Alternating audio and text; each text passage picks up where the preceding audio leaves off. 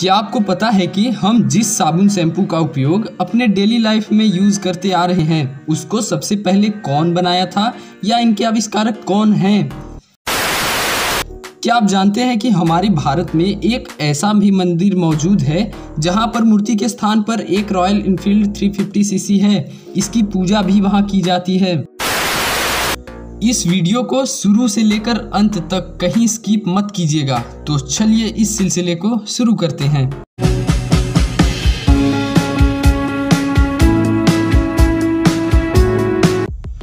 जिस उम्र में आम बच्चे स्मार्टफोन के लिए जिद करते हैं, उस उम्र में इस बच्ची ने एक ऐसा कारनामा करके दिखा दिया कि अगर आप इसे जान जाएंगे तो हो सकता हो कि आपकी आंखें नम हो जाएं। आपके स्क्रीन पर जो तस्वीर दिख रही है ये 15 साल की एक लड़की है जिसका नाम फे लॉगरी है। इनके मन में पता नहीं कहां से विचार आ गया और इन्होंने अपने पिताजी से कहा कि वह अपने ऑर्गन्स को डोनेट करके दूसरों को बचाना चाहती हैं और एक हफ्ते बाद इन्होंने अपनी जान दे दी। और आपको जानकर आश्चर्य होगा कि इन्होंने 6 लोगों की जानें बचाई।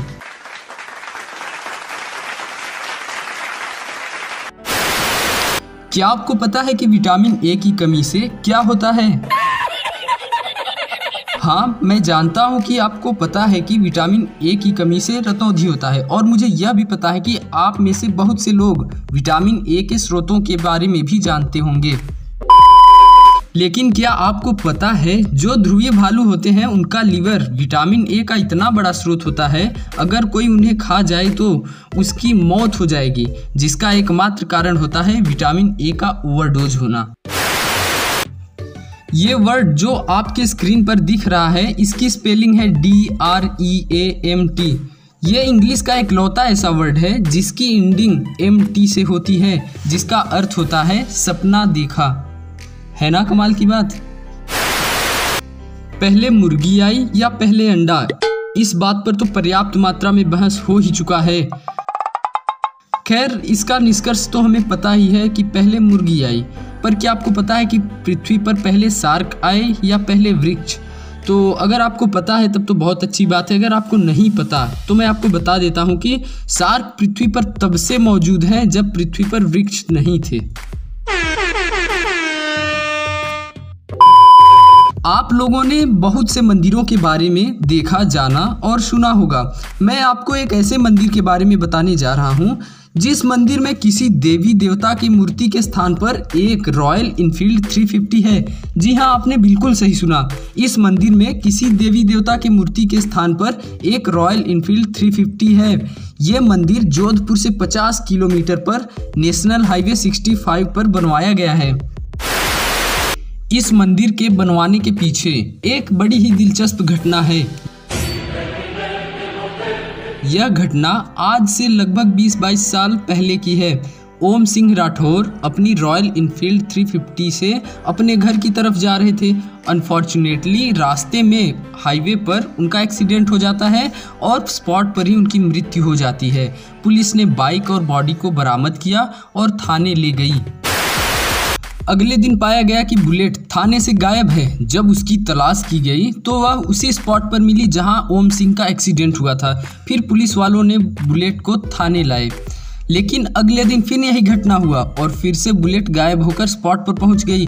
अंततः उस बुलेट का मंदिर बनवा दिया गया और तब से ओम सिंह राठौर बुलेट बाबा के नाम से अमर हो गए। हम लोग मजाक मजाक में कभी बोल देते हैं कि अगर ये काम नहीं हुआ तो मैं अपना नाम बदल दूंगा।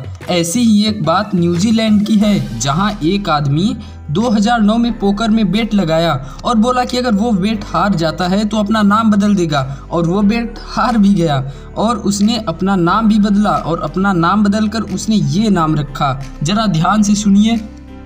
Full Metal Havoc more sexy and intelligent than Spock and all the superheroes combined with Frost Nova।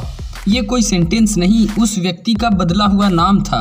कमाल की बात यह है कि इस नाम को गवर्नमेंट अप्रूवल मिलने के लिए उस व्यक्ति को पूरे 5 साल लगे थे।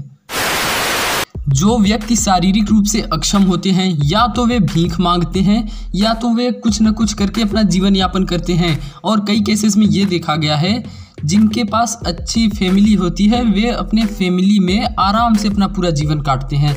पर क्या आपको पता है कि चीन में पिछले 10 सालों से 2 आदमी, जिसमें से एक के दोनों हाथ नहीं है और दूसरा देख ही नहीं सकता, इसके बाद भी दोनों एक साथ पौधे लगाते हैं और अभी तक ये दोनों लोग 10,000 से भी ज़्यादा पौधे लगा चुके हैं। है ना कमाल की बात। अगर आदमी के अंदर जज्बा है कुछ करने की तो ये मतलब नहीं रखता कि आपके पास हाथ है या पैर है या आँख नहीं है। आप कर सकते हैं, लेकिन अंदर जज्बा होनी चाहिए।